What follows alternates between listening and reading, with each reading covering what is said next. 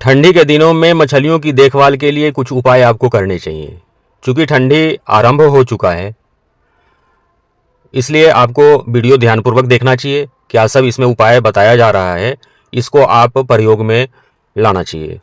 Number 1, तालाब के पानी का तापमान 20 से 25 डिग्री सेल्सियस के बीच बनाए रखना पड़ेगा। और कैसे बनाए रखना पड़ेगा, हम आपको आगे बताते हैं। दूसरा, तालाब में ऑक्सीजन की कमी न होने दें। जब सूरज का प्रकाश आपके तालाब के पानी तक नहीं पहुंच पाता है, तो ऑक्सीजन की कमी होना स्वाभाविक हो जाता है। तो उसका भी उपाय हम आगे बताने वाले हैं। तालाब के पानी को भी साफ रखना है। अब कैसे साफ रखेंगे, आप अगर समझ रहे होंगे तो ठीक है, नहीं तो वीडियो पर बने रहे, हम आगे बताते हैं। तालाब के पानी की सतह पर जहाँ पर ज़्यादा टेम्परेचर डाउन होता है, वहाँ बर्फ़ नहीं जमने दें। तालाब के पानी में फिल्ट्रेशन सिस्टम को एक्टिवेट बना करके रखें। तालाब में पानी रिसाइकिल करें। अगर आप रिसाइकिल समझते हैं तो ठीक है, नहीं तो हम बताते हैं आपको। उसी तालाब का पानी किसी पंप सेट की सहायता से टाने और फिर उसी तालाब में रिसर्कुलेट करें। तालाब में पत्तियाँ, किसी चीज़ का अगर पेड़ पौधे आपके तालाब के आसपास हैं तो उसकी सफाई करवाते रहें। मलबा हटाने के लिए जाल का प्रयोग करते रहें। और जाल ऐसे भी ठंडी के दिनों में आप चलवाते हैं तो आपकी मछलियों में हलचल पैदा होती है, तो मछलियों में ग्रोथ बढ़ता है। तालाब में चूने का इस्तेमाल करें। जब आप तालाब में चूने का इस्तेमाल करेंगे, तालाब की मछलियों को एक तो कैल्शियम मिलेगी, दूसरा चूना गर्म तासीर होता है चूने का, तो इससे भी आपके तालाब के पानी में पल रही मछलियों के लिए थोड़ा सा राहत मिलेगा। दूसरा है कि तालाब में उचित पोषण दें, यानी उनको खाने के लिए कुछ मिलना चाहिए। तो आप पूछेंगे कि क्या मिलना चाहिए, मछलियाँ तो ठंडी के दिनों में सारी नीचे चली जाती हैं। जब उनको इच्छा होता है, टेम्परेचर उस तरह का मिलता है, अनुभव होता है, तो ऊपर आकर के खाती हैं। तो दाना देना बिल्कुल मना है। आप तालाब में प्लैंकटन बना करके रखें। तालाब के पानी का टेम्परेचर आप सुबह में और शाम में दोनों टाइम में चेक करें तो ज़्यादा अच्छा रहेगा।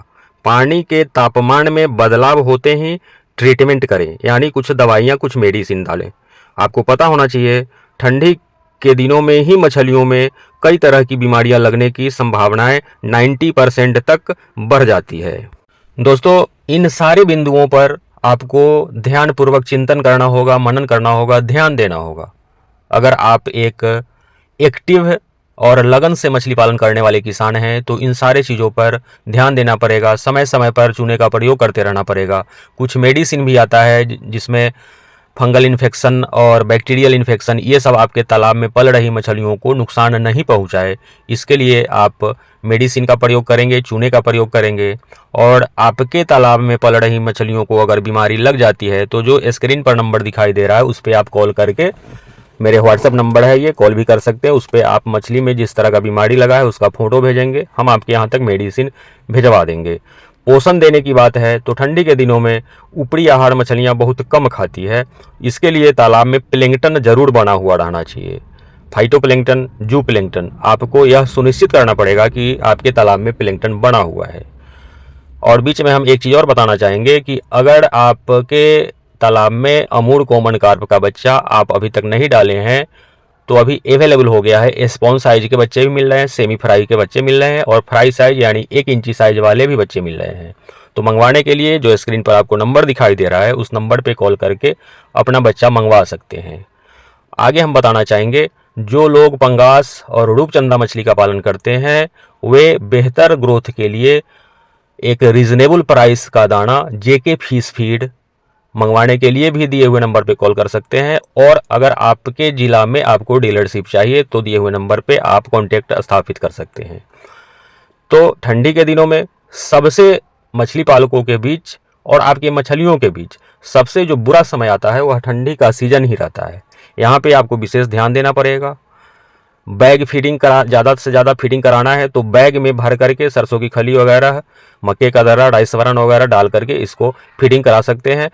तालाब में लटकवा सकते हैं। 1 एकड़ का अगर आपका तालाब है तो कम से कम 10 जगह बैग में ये खली और राइस ब्रांड, मकई का दर्रा डाल करके बैग में और लटकवा दें। इस तरह से फीडिंग कराएं। मछलियों को जितना इच्छा होगा, जब इच्छा होगा वो अपना भोजन करेंगे। उससे भी बेहतर है कि आप अपने तालाब में प्लैंकटन बनाना सुनिश्चित करें। इसके लिए एक रेडीमेड प्लैंकटन पाउडर आता है, जुबलूम पाउडर आता है, जो आपको वीडियो में दिखाई दे रहा होगा।